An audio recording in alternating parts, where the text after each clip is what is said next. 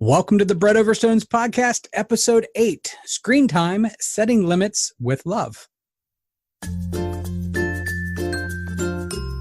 Welcome to the Bread Over Stones podcast, the show that gives grace-driven solutions to heal, unite, and inspire families. Your host is Matthew Morgan, a licensed professional clinical counselor in Ohio, a pastor, and my husband of over 20 years. And my dad. He loves bringing families together and helping them relate better with one another. At Bread Over Stones, you'll add to your toolbox as a parent and a spouse in order to improve the way you communicate, discipline, and ultimately show your love for your family. So welcome to the show. Thanks a lot for joining me again for another episode of Bread Over Stones. It's great to hopefully know you're out there listening. We're watching the viewership go up, which is always fantastic. And of course, loving the emails that are coming in, the criticisms or conversations, we'll say. Those of you who are joining by video, you'll notice I'm standing. Tried it last time, got some good results. I think a lot of that's just the ADHD personality. Got to move, plus little back issues here and there, and that's all right. Getting older is always fun. So also for those of you joining me on video, you'll notice I have my nice professional tuxedo on. Not really, just wearing a t-shirt, comfortable. And that's the way I am a lot in my practice. I just really want things to be very at home and very enjoyable. So this podcast is sponsored by Covenant Family Wellness. That's my private practice where I see people primarily for online therapy, but occasionally in person as well. And we get to talk about just different issues, work through healing, finding those things that really kind of drive the family apart, getting them out of the way and bringing the family back together. And a lot of times it's just stuff that's within us that just needs some healing. So if you are in the central Ohio area in presence, or if you are anywhere around Ohio for online, I'd be happy to talk with you some more. But you're also welcome just to chill on the podcast and hopefully catch what's here. It's completely free to you. Although maybe someday I'll get the gumption to put up a donation button or something of that sort, but never compulsory because I enjoy this kind of stuff. This brings me light. I'm having a real rough day again. Seems like every time just as I get ready to record podcasts, something happens. So off in the distance over here, I've got some leaky water coming in. So that's fantastic. I get to handle that later, but I'm with you for right now. So today, ironically, as we're on media, we're talking about media. And this, of course, is a topic that has been done to death. But I want to put our Bread Over Stones spin on it, something where we can, of course, add some grace to this conversation. It's not all about rules and regulations and trying to do everything in the perfect sanctimony way. I don't do that well. A lot of people just struggle to make it through the day. We're all trying to do our best. It goes right back to the beginning podcast, right? We're all trying to do the best with what we have. So here are some more tools. So, and this came up really recently for us. We went into a new doctor. She's fantastic. Absolutely love her. Changing doctors is always a little nerve-wracking, but ours moved on to a better place. No, he didn't pass away. He literally went to a better practice for him. So we were very glad for him, but very sad for us. But we found another fantastic doctor who's just starting in this area. So kind of nice. And I like throwing new business because I'm a new business too. So, but we sat down with her. We did the family physical because that's fun that way. We've never done really the pediatrician route. We've just gone family doctor. And so one of the first things she asks my son is, of course, the amount of screen time that he has, because that's one of the big questions. And of course, it's usually measured in a how much capacity. We just simply say, hey, this is what the regulation or what the recommendations are. Are we going to deal with it or not? And of course, most of that comes from an AAP study, the American Academy of Pediatrics, who came out, I think we're looking at a couple years ago. I think it was 2016, that they came up with these really kind of good guidelines at the time, or strong guidelines, I should say, for technology use. So the recommendation, of course, was children younger than 18 months. They should not use screen time at all other than video chatting. Of course, it's okay to talk to grandma or mom or dad if they're away. We're not, they're not going to be permanently developmentally disabled or anything because of that.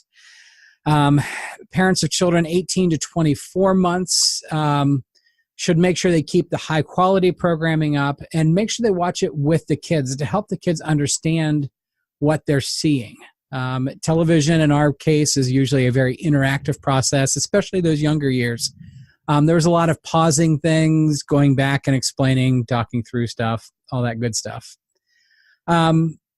So once they get up to about 2 years, all the way up till about 5 years old, the AAP recommends limiting the screen use to 1 hour a day of high-quality programs. And one of the recommendations is also that parents should sit with them, with the kids during this time. And I know you're all doing that. I know we have nothing better to do as families or as parents, but just to sit there, eyes on the kid 24/7. It's awesome. You know, it's a real easy thing to do. For those of you who don't recognize sarcasm, that was in fact a rash flurry of it, because it's very easy to plug them into a tablet or a phone or the television, especially during meal prep time. And I'm not saying you can't do that. So stick with me. This is not all hammer everything in, okay? Just hang with me, because I do want to kind of sit and talk about the AAP stuff first, so that we understand where we're coming from. So once they get to be about 6 years old, the AAP switches and just says it needs to be consistent on the time and the types of media, making sure especially that media does not take the place of adequate sleep, physical activity, and other things like that. So we have to be very careful about those. And that, of course, is clear up into teenagerdom and even into adulthood, because we have to kind of look at ourselves for this. Some of the big ones, and I'll reiterate these later on, that I really did like out of this was that we should have media-free times together.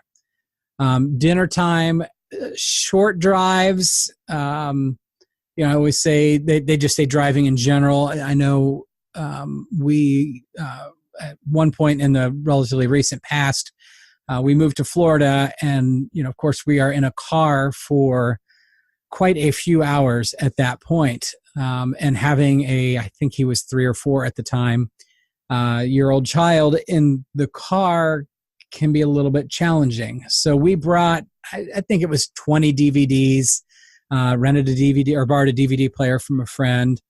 And we ended up the entire trip down to Florida watching the Lego Movie.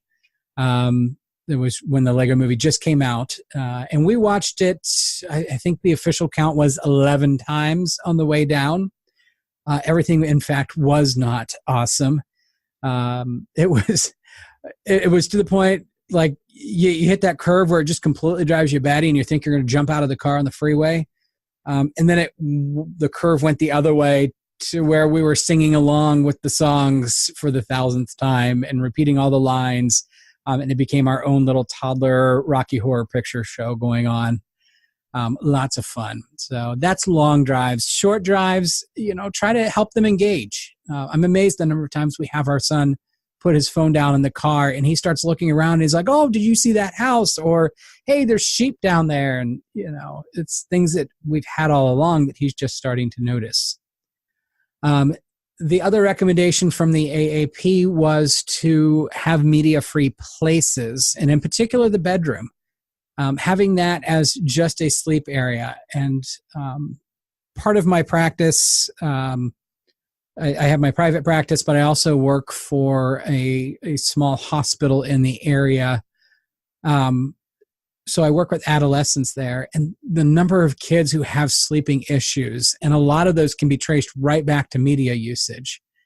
So we have to be careful of that. So having the bedroom as a media-free zone, and for me personally, I think I lean more towards having it as a screen-free zone, keeping the blue light out, especially after 8 o'clock. I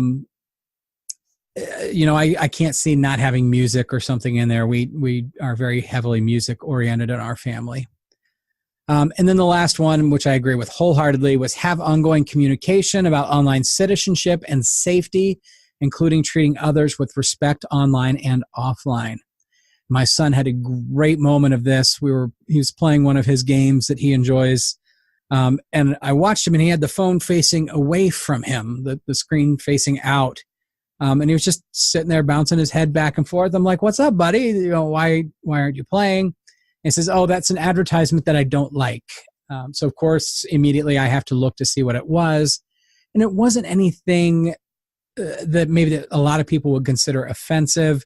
It was not his taste, and it made him uncomfortable. And he was comfortable enough with putting that away from him. So of course, I praised that one up one side, down the other, because it's really awesome to have an 8-year-old with that sense of awareness to understand that.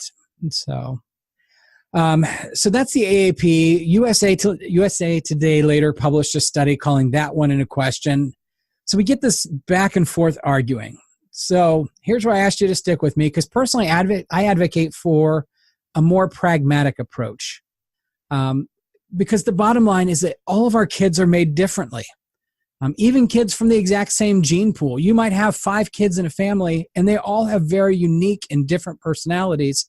So when it comes time for their media consumption, they're going to vary, and we have to treat them that way. Right? So step 1, it goes right back to the 5 investments to make in your family. And if you haven't gone back and listened to the first 5 messages or 5 podcasts, I would encourage you to go back and listen to those. But being able to know our kids, to be able to monitor them for depression, anxiety, sleep problems, mood problems, behavior problems. And we only get a lot of that by talking to them. We can only, I think, really start to understand that. Now, does media usage cause all those things? No, not at all. Sometimes there's other mitigating factors in there. Can it make it worse? Yes, absolutely. So take some time, invest in them, figure out what's going on. And so here's the thing, especially for you parents of teens and preteens, you're not going to always know what's going on. That's not a blaming statement. That's not a shaming statement. I've seen so many kids who work hard to hide their struggles from their parents, and they do it out of love. They do it out of some self-resilience. A lot of times they want to solve their problems on their own.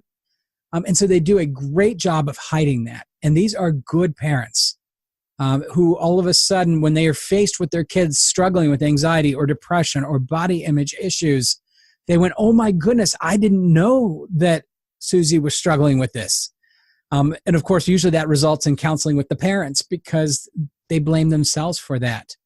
But again, that's not all their fault. But we don't want it to go on. We want you to be able to open up some of that dialogue. I know for me, my parents probably don't know a lot of what I was struggling with at that time. Again, not their fault.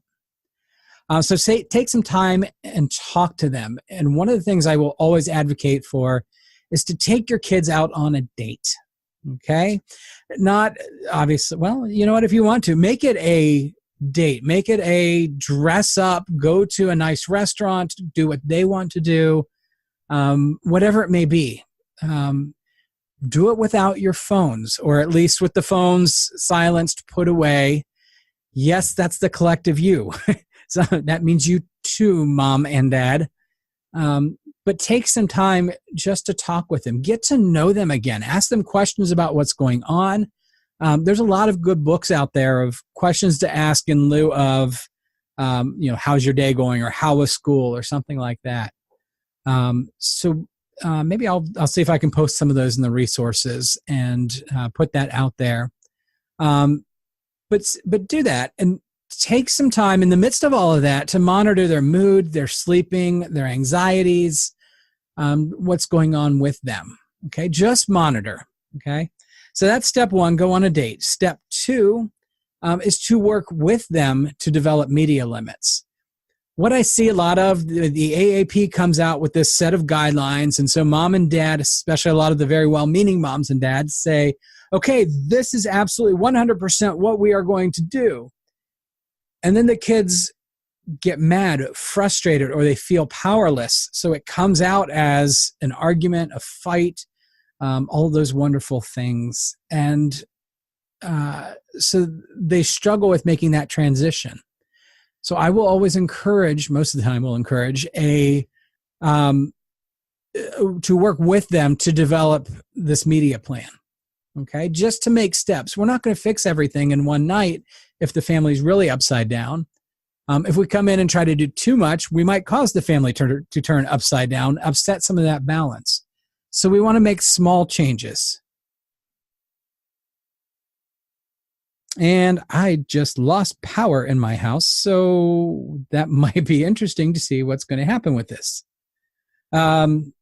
See if it comes back. Okay, so there's a really cool media plan over. Yeah, I've totally lost my notes. So we're going to go ahead and stop this, and I'm going to rejoin when the power comes back on. And we are back. I know for you, probably took about a blink of an eye. For me, there's about 27 hours in between the flicker of that power and standing here in front of you. It's been an interesting day. We were without power until I think it finally came on about 12:30 in the morning. So we're back online. Obviously, episode's a little bit late this time. I always like to have it out by Monday morning, but that just didn't happen because the weather didn't cooperate. So I was going to edit it out, but I'm like, you know what? This is the way life is. Life throws us curveballs. Our kids throw us curveballs. Our family does. This is just kind of what we have to do. We have to roll with it. And if I were some expert splicer, I probably would come up with some great ways of putting all this together. I'm just me. So we're going to continue on. We were on step 2, and I believe I was suggesting the really cool media plan at healthychildren.org /media use plan, all one word. healthychildren.org media use plan, and I will drop that in the show notes. All right. So you've gone on your date night. You kind of know what's going on with your kids. You bust out this plan not at the date night, because that's really bad, because then it looks like you just took them out so that you can cajole them into joining with you on this. And that's not good. Don't run these things so quick together. You're playing the long game with the kids, okay? This is, at most, your date night should be some sort of recon work, but don't try to finish the mission all in one shot. You're going to ruin it. You'll mess it up unless they invite you in. If they want you to work on something, and that's probably a 1 in a million shot, so you're telling me there's a chance. There is, but let's be a little bit more careful with that. So instead, you want to come up to them a little bit later on and reiterate what you heard and make sure you heard them right. We call it reflective listening. Hey, this is what I heard from you. And at that point, invite them in, help them to make those changes. Now, yes, you are the parent, and ultimately everything's up to you to enforce the limits. And there are times that we have to do that, but it goes a lot smoother if you can make your kids or your family or whoever you're working with on this your allies in the process. It might mean that you can't implement everything you want to work on right away, but remember, it's the long game. Unless you're planning on shipping Bill off to an Alaskan military school, you might need to give a little bit of compromise here and there. So, and part of this discussion when you're talking with them is what qualifies tech time. I mean, there's a huge difference between hitting your Netflix or the second Netflix confirmation of shame and using the web to research 100 ways to drop an egg from the top of the school. So I don't think we can discount a lot of the resources that we have on the web. I mean, I currently have functional plumbing in my house. I have a working washer. I used to have a small pool in my backyard. It just came inside for the winter. All compliments of YouTube resources. And I've spent way too many hours perusing America's Got Talent bests and some of the worsts, and embarrassing amounts of cat videos online. So there's a whole gamut of things that we are that we have access to. So we'll just use the generic term internet videos, even though we know where most of us go to for those. They can be an amazing source of information. You can learn to draw. You can learn to speak other languages. You can even learn, or you can even use internet videos to cobble together resources to start your own podcast. That's why I'm here. So, and just to throw one more ball in this big juggling mix, I would argue that not all entertainment is bad. Sometimes we need to decompress. Now, I'm a little bit older than most of the kids out there, but one of my favorite pastimes when I was in college was I'd come home from a stressful day. I would grab my best friend. He'd come over to our trailer, and we'd pick up the N64 controllers, and we would just blow the heck out of stuff as James Bond in GoldenEye. Fabulous way to relax, especially in the North Dakota winters when you really can't get out and do too much. So to sum this point up, talk with your kids about their media consumption. What's good for them? What's working? What they really like? And what is problematic? What issues are they having that could be related to their media use? Once you understand what's going on, then we work to make some of the small changes. All right, and which brings us to step 3, and that is, instead of just giving this big carte blanche everything or across the board, saying no to everything, try to see if you can find some alternatives. I mean, think about how many times we say no to our children in any given day. It's one of the first words that babies learn, mama, dad, no. And I'm not saying that we don't need to say it, because obviously we do. Something like no, don't stick the fork in a light socket is not a bad thing for kids to hear. So we have to tell them no. We have to set those boundaries. I think when I'm thinking about this, I remember, this has scarred me, I don't know about him, but one of the worst things that I ever did that intentionally hurt my son was he was just getting good at walking on his own. And he did. He walked and ran right across the Target parking lot. Most of us parents will agree this is pretty much a nightmare scenario. And to make it worse, as I started chasing him, he thought it was funny. So I reached out, I grabbed what I could, which pretty much became the Vulcan neck pinch. It didn't knock him out like it would on Star Trek, but it dropped him pretty quickly. That was a time for no, because his life depended on it. And as parents, we have to have those firm boundaries. And there's a fuzzy area in there. There's an area where they get hurt, but not in a life-changing, alternately bad way. But a lot of this is, there's not a good scientific method for it. We have to allow our kids sometimes to take their lumps. So that being said, though, you know what? Quite frankly, an extra 15 minutes in Minecraft is not going to doom my son's soul to eternity. So I don't always want that to be a no. But what I want to do is offer alternatives to something better. So this is one of the things that we did in our family. It seemed to work really well, that we developed a list of alternatives to tech time. Now, my son is a very visual learner. So for us, we actually printed up this list because that's the only way that it was going to work for us, is he has to have that visual reminder. So, but what we did is we brainstormed all the different areas of life that we can study. Think about what's out there. We've got music, you've got art, you've got physical education, technology and all of its countless divisions, inventing things, language, writing. Do we really want to spend our time connecting 3 shapes of the same color all the time? No, we don't need to spend all that tech time. So what we did is we follow the AAP regulation or AAP recommendation, and we set a 45-minute time limit on screen time for our 8-year-old on school days.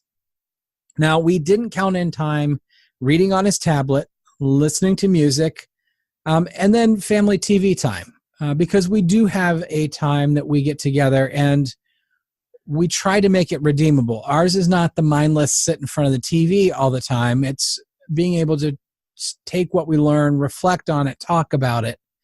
And so we have not bothered to count that necessarily as screen time. And then obviously not educational time. Our son's school uses Prodigy. He loves it. He will spend hours doing math problems, and I'm okay with that. But again, we want to set some limits too.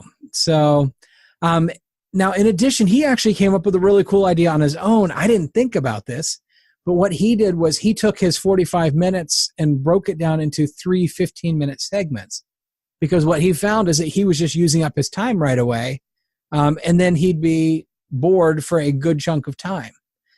So on his own, he said, you know what, how about I do this? I set a timer for 15 minutes. And so he will play whatever game is on the tablet at this time. And he will play it for 15 minutes. The timer will go off. We do allow him to finish that level because we're still at the age where levels don't take that long. Obviously, we're going to have to change that around as he starts to find more developed games.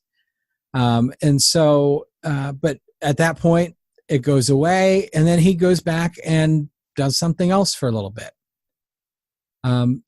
So now I know a lot of you, as we start thinking about tech time, you are probably freaking out just a little bit, right?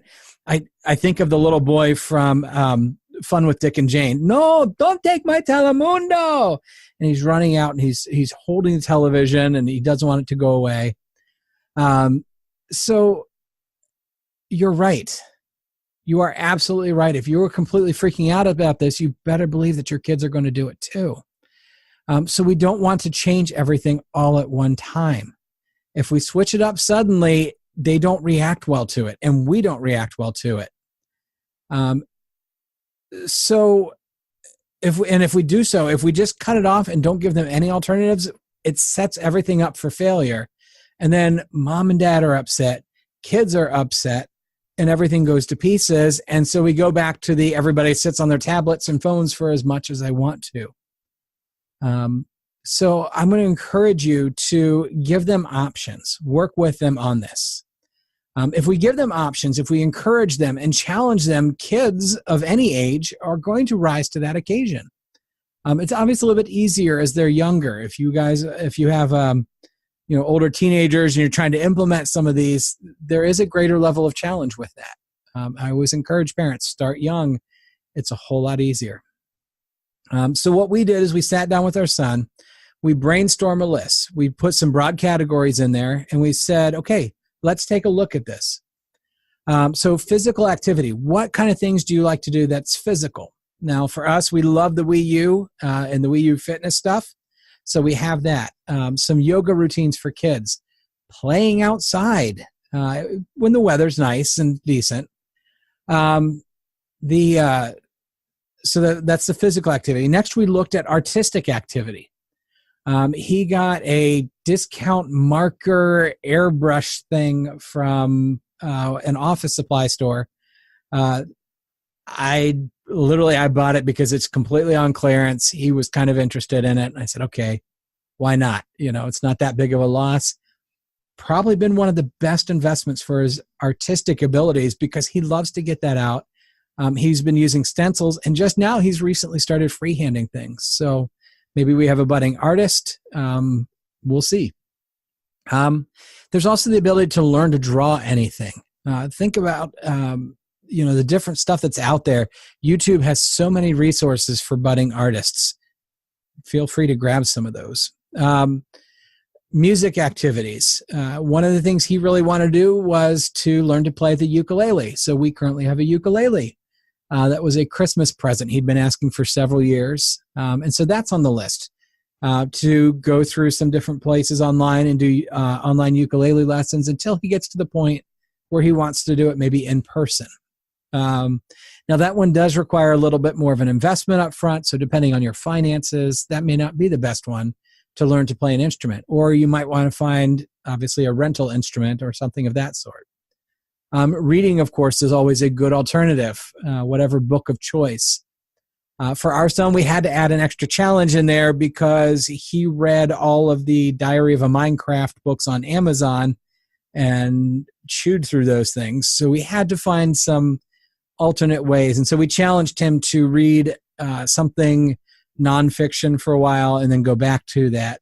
And again, not saying no, but just offering the challenges that are out there. And then building. And of course, we are a Lego family. And so he loves his Legos. Daddy loves his Legos. A little bit of a geek going on, and that's okay. So we have that. We got an extra book that has all these different kits that he can do and different STEM projects. A wonderful friend of ours gave that to us, and he loves that. So he'll go through those. So now that's an 8-year-old's list. That's not going to be the same for your 14 or 15-year-old. probably not the same for your 4 or 5-year-old. So it's going to vary, and I'm not going to brainstorm for everybody because every kid is different. Every family is different. Your resources are different. And that's where Bread Over Stones comes in, because we want you to be the one to do that. We want you to step in, work with them on finding some of those things. All right. So it's going to vary. So what I encourage is to brainstorm, and I mean, just write down anything that comes to mind. Even if you don't have the resources for it right now, write it down. And then go through that list, pare it down into something that's more manageable. Find what the top areas or the top parts of each category are. Figure out what's needed. Now, there are some amazing resources out there. I'm going to drop just a few of them that we use on a regular basis. YouTube, of course, my goodness, everything under the sun is there. Udemy is another one that I use. I started with my podcasting on Udemy. I have several other things that I've needed in getting my website up and going. Don't judge yet. I'm still working on it. But everything that I need to bootstrap, really I've gone through there. It's a pay-for-course, but usually they're running some pretty good discounts. And what I like about paying for the course is, number one, I have everything all organized there. Number two, it motivates me because I put a small investment into it. Therefore, I need to get something out of it. So a free course, I might not be as likely to do a lot with. Whereas if I'm paying $10, $12, $13, that's usually enough to say, hey, I want to make use of this. There's also Lynda, LYNDA.com. That's a subscription-based learning site.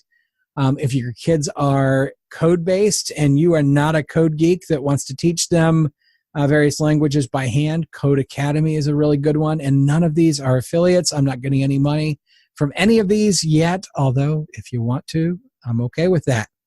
But for now, they're just free resources that I'm putting there because it's stuff that we've used or we've looked at. So take all of these things, figure out all the category or all the different areas they want to do, figure out which ones are doable, and write them down somewhere where things are seen so that it's easy to go to. If you don't make it easy, if you hide it somewhere, it's going to get lost. You need to keep it, especially when you first start, you need to keep it in front of you. And so challenge this for just a short amount of time. Tell your kids this doesn't have to be a forever thing. We're going to try this for 30 days and we're going to see what happens. Right? Don't think that you have to commit to everything all up front. It's going to help you in the long run of, hey, this is a short-term challenge. Let's see how it goes. So if you are ready, your challenge for this week is take the media challenge. Break it down. Find some time with your kiddo. Sit and talk to them. And this could be spouse too. If you find that media is getting in between the way of you and your spouse, this may not be a bad conversation to have with them either. So find some time with your person of needing to bondness. Work together on this challenge to find media alternatives. And then, of course, find those media alternatives and see how that changes your life. So if you do this, I would love to hear from you. Drop some comments to me at Matthew@breadoverstones.com. You can also find me at the website breadoverstones.com, which is all part of my practice Covenant Family Wellness. So you'll see a lot of that branding there as well. So, all right, we have made it through the end of this episode. There have been no further power outages. I do not believe anything is leaking. Before we jinx this thing, I'm going to get out here, edit this, drop it in, and hopefully it's going to be to you very quickly. It's not going to be as polished, but this is the way life is, right? We have grace-based solutions that heal, unite, and inspire families, not always perfection. So I hope that you received the bread of God's grace today, and I hope that you have a chance to pass that on to other people. Have a great week, and we will see you, fingers crossed, next Monday. Take care. Have a great week. Special thanks to Kevin MacLeod from Incompetech.com for the music at the opening and closing of this show. The opening song was Carefree. The closing one was Cattails. They're both licensed under Creative Commons by Attribution 3.0 license. This show, its host, and its guests are here to provide accurate and helpful educational information. This is not a substitute for personal counseling, and it shouldn't be taken as legal, accounting, medical, or other professional advice. If you need a professional, you should find one in your area.